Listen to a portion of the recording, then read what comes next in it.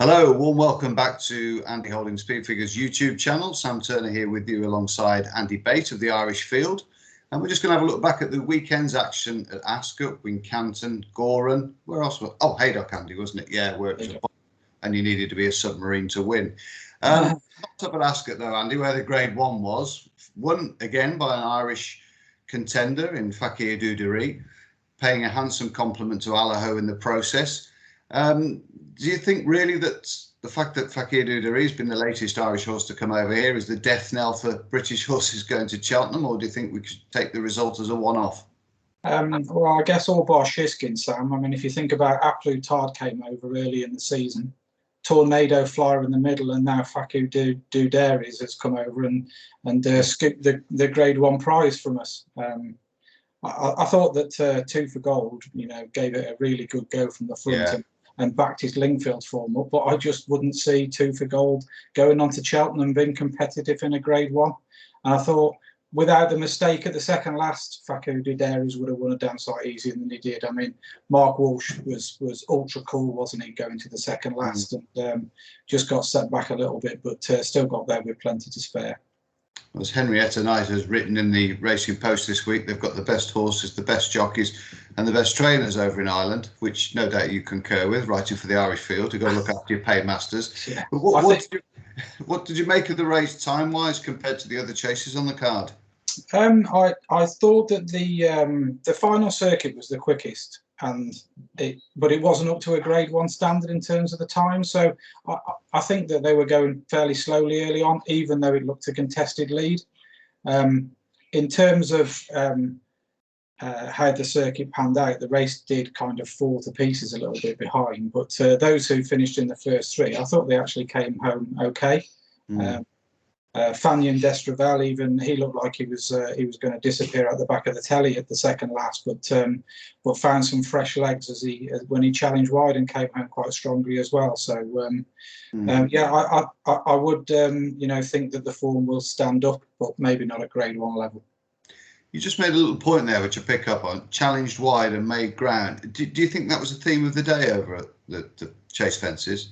Yeah, definitely, Sam. I really like the performance of Fortescue in the 3-mile handicap, and he took the same path. If you stop the race on the home turn, Fiddler on the roof has swept past him, and there's only going to be one winner of the race. Hugh Newton's had to switch not once but twice to get outside to make his challenge, and Fortescue goes home really strongly. Whereas Fiddler on the roof, he got to the front and he drifted back to the rail, and along with Trucker's Lodge, I thought they were running on the swamp, as to speak, and Fortescue swept down the outside of them. So I do think there was something to be said for challenging wide on Saturday on the chase course. And what were the breakdowns of the sectional, say, from 3 out at Ascot for those two chases? I presume they were a lot quicker than the Kim Bailey novice. Does he know on the Reynolds Town? Yeah, so from 3 out, Fakir Dudery's clocked 66.3 seconds, and Fortescue, as I said, he was quite deceptive. He came home in 65 seconds from the third last, and he didn't look as if he was going faster than Fakir Dudery's, did he? He looked like he was, just kind of staying on, but he's obviously found a fair turn of foot as well for a 3-mile chaser, irrespective of where he challenged on the track. Okay, well, let's put some context on that going forward then. Obviously, looking at those chases, does he know is sort of fancied a little bit for the National Hunt Chase, fancied a little bit for the Ultima? Do you think his chasing technique or his fencing technique would stand up to the rigours of Cheltenham, particularly? Yeah, he actually clocked the fastest overall time. So even when you just take a straight view against Fortescue, he was faster on the race overall, but he was slow at the finish. And there were some hair-raising leaps down the back heading towards Swindley Bottom that if he throws one of those in either the National Hunt Chase or the Ultima, then it's going to be game over, isn't it? Yeah. He did jump better when he got switched outside of Annual Victus, and he jumped the last 6 okay, but there's always that nagging doubt in your mind that he's got one of those in his locker. Yeah. And what would you do if Fakir Dudery was yours? Would you go to Cheltenham and take Allaho on again in the Ryanair? Would you wait for the Betfair Bowl? I think I'd probably wait for Aintree and go and win the Munmelling Chase again over 2.5 miles. he's got a fantastic record over 2.5 mile Facada Dairies. Yeah. And, he won the race last year as well, didn't he? So I quite like the look of Eldorado Allen last week for the bowl if he goes to the Ryanair. Yeah, that was a slip by me. Yeah, I meant the 2.5 mile and not the 3 mile. He looks tailor made for that, doesn't he, Eldorado Allen? Yes, yeah. I mean, if he goes for the Ryanair, he might well leave his race behind if he goes chasing Allaho. But I think, you know, in terms of the way that he stayed on at Newbury last week, he definitely won the race through staying rather than speed for me. And Aintree would just set up ideally for him. Yeah, and there looks at nice racing Fortescue somewhere down the line, whether he gets into the national or not. Maybe the Scottish version, maybe the Bet 365 at the end of the year. Yeah, I think you said to me earlier, is he 67 on the list for Aintree? The Scottish National comes a week before Aintree, which is kind of out of the normal calendar routine, isn't it? So yes, Henry Daly will have a decision to make as to what he does. But even if he did wait for the Bet 365, and I think he'd probably need soft ground. Sam, he wasn't so effective on the good ground earlier in the season.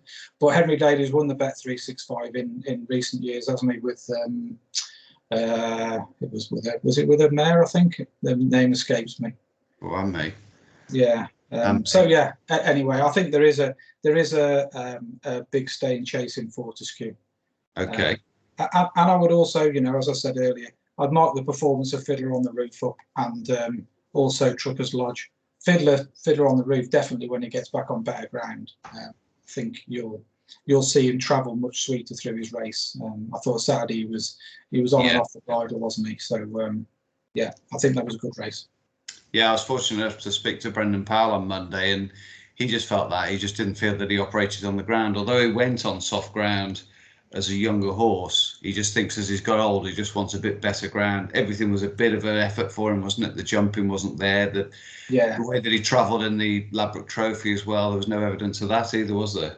No. I think running to 5 out or 4 out, he was actually last of the main part of the field. So for him to then, you know, kind of like 3 strides around the home turn to be in a challenging position to take the lead, it was testament to the quality he possesses.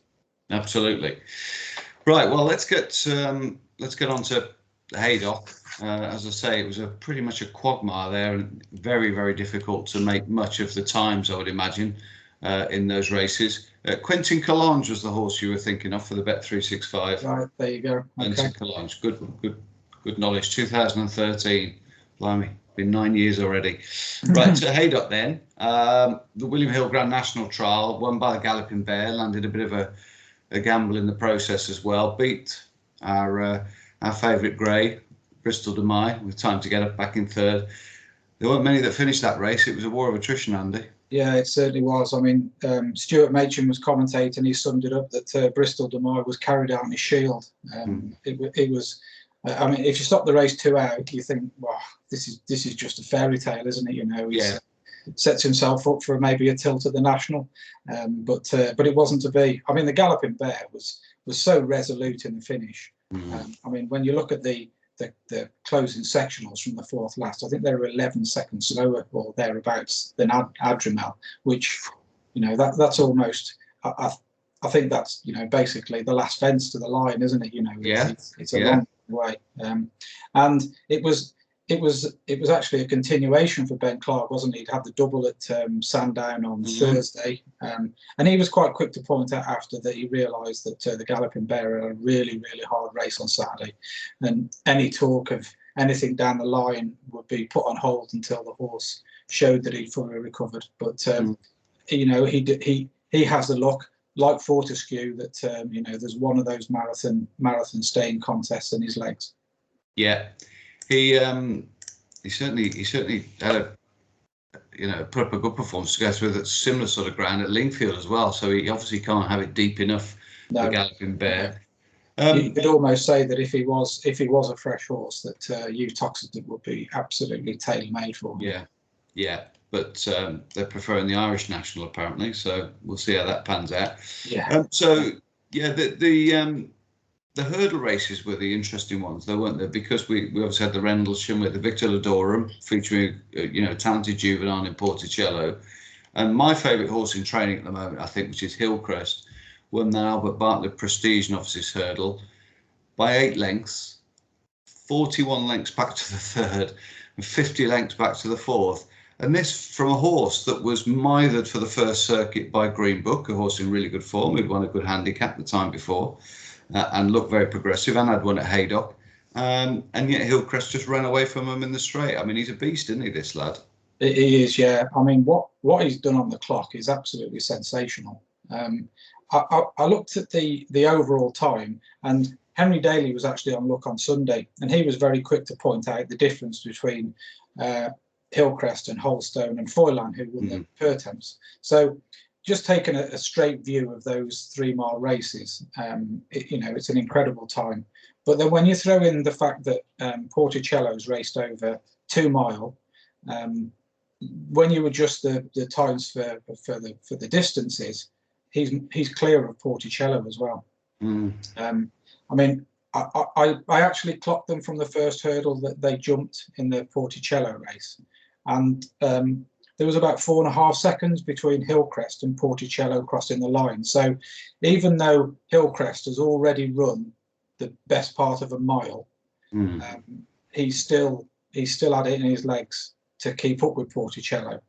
And on the worst ground, Andy, as well. Yeah, definitely. But the thing that really stood out, Sam, was the fact that if you just put the clock on Hillcrest against Porticello from the third last hurdle, Hillcrest actually beats him by 2.5 seconds, which kind of tells you that when he was coming around the home turn and his bunny hop at the third last, he wasn't concentrating. He just thought that he beat Green Book off and he'd done enough and he was just going to coast home. But as soon as Richard Patrick gave him a clip down the shoulder, he was off again. And he's actually stormed through the line.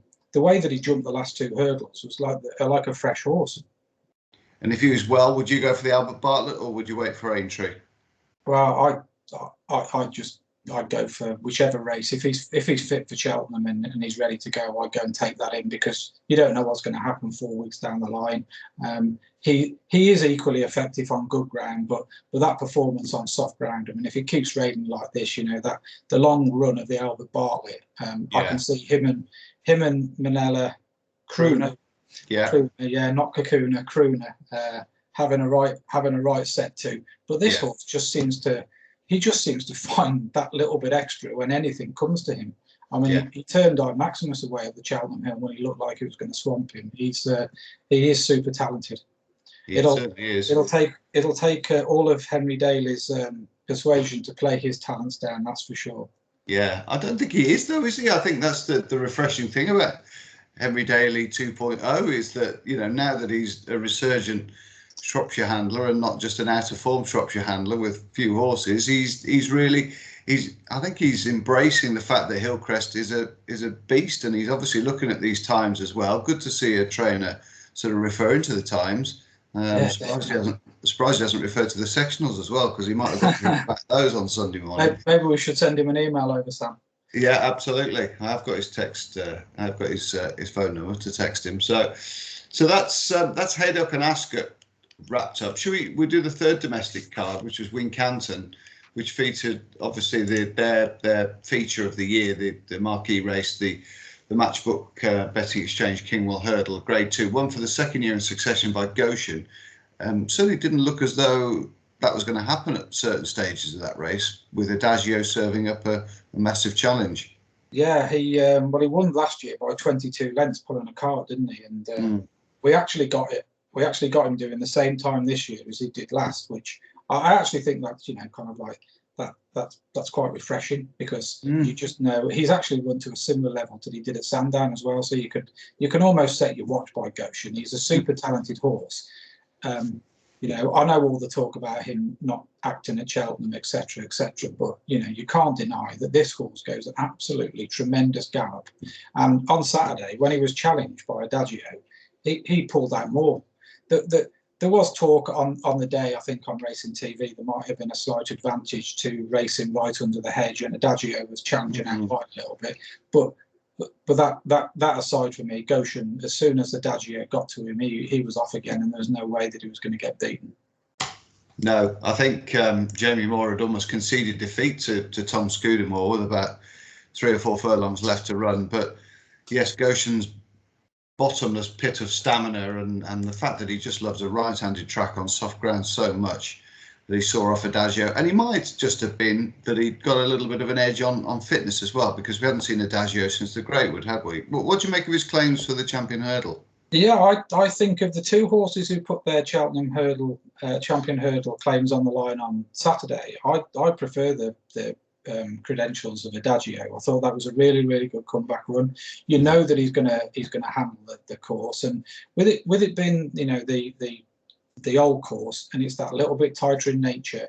You know, the Greatwood, it has happened before. The horses have gone from the Greatwood and they've run really well in the Champion Hurdle. And I think that you know, the one thing that he's always done when he's been at Cheltenham, Adagio, he's seen his race out all the way to the line. Yeah. I could certainly, you know, see him in the mix for 4th, 3rd. If he runs an absolute blinder, possibly 2nd. I mean, I think, you know, they're all clutching at straws to beat Honeysuckle if she turns up in the same form as she did last year. If she turns up the same horse that she was at Leopardstown, then, you know, kind of like there might be a chink of light in the offering for all the other participants. But yeah, I'd certainly think that with an extra place on view on Tuesday of Cheltenham, might be interested in backing Adagio at 14 or 12 to 1, whatever he may well be.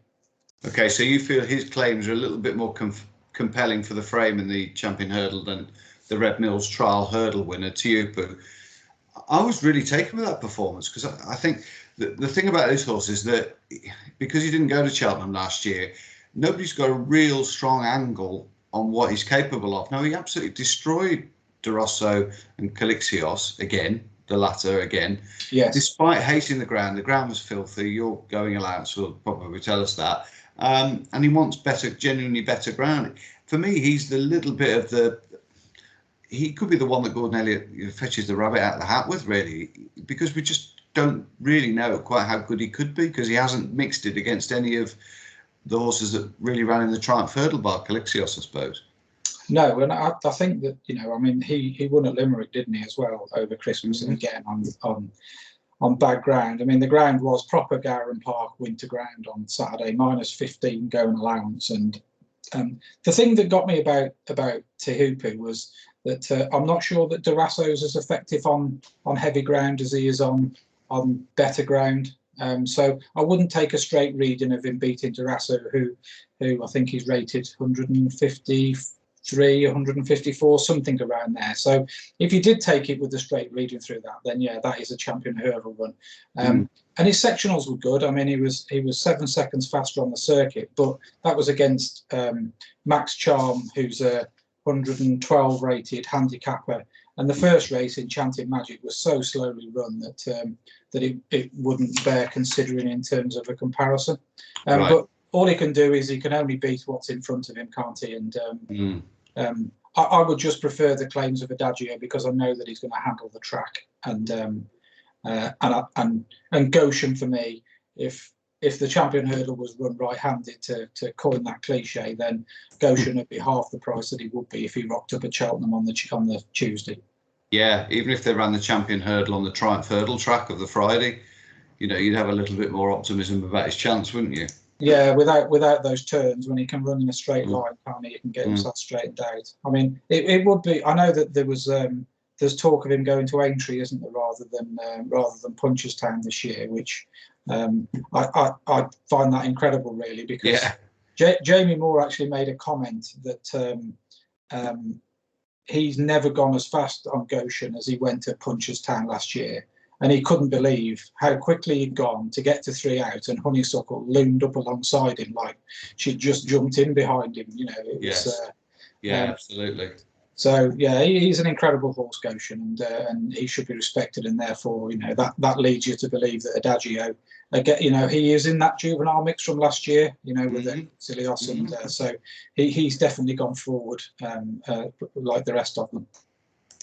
Yeah, absolutely. Well, that's brilliant, Andy. Thanks very much for that appraisal. Just looking towards this Saturday's action, obviously, Kempton, almost, I would say it's the final hurrah before Cheltenham, but it's pretty damn close to it, isn't it? We've got the Adonis Hurdle, the Pendle Novices Chase, which Paul Nicholls has got such a great record in, the Dovecote.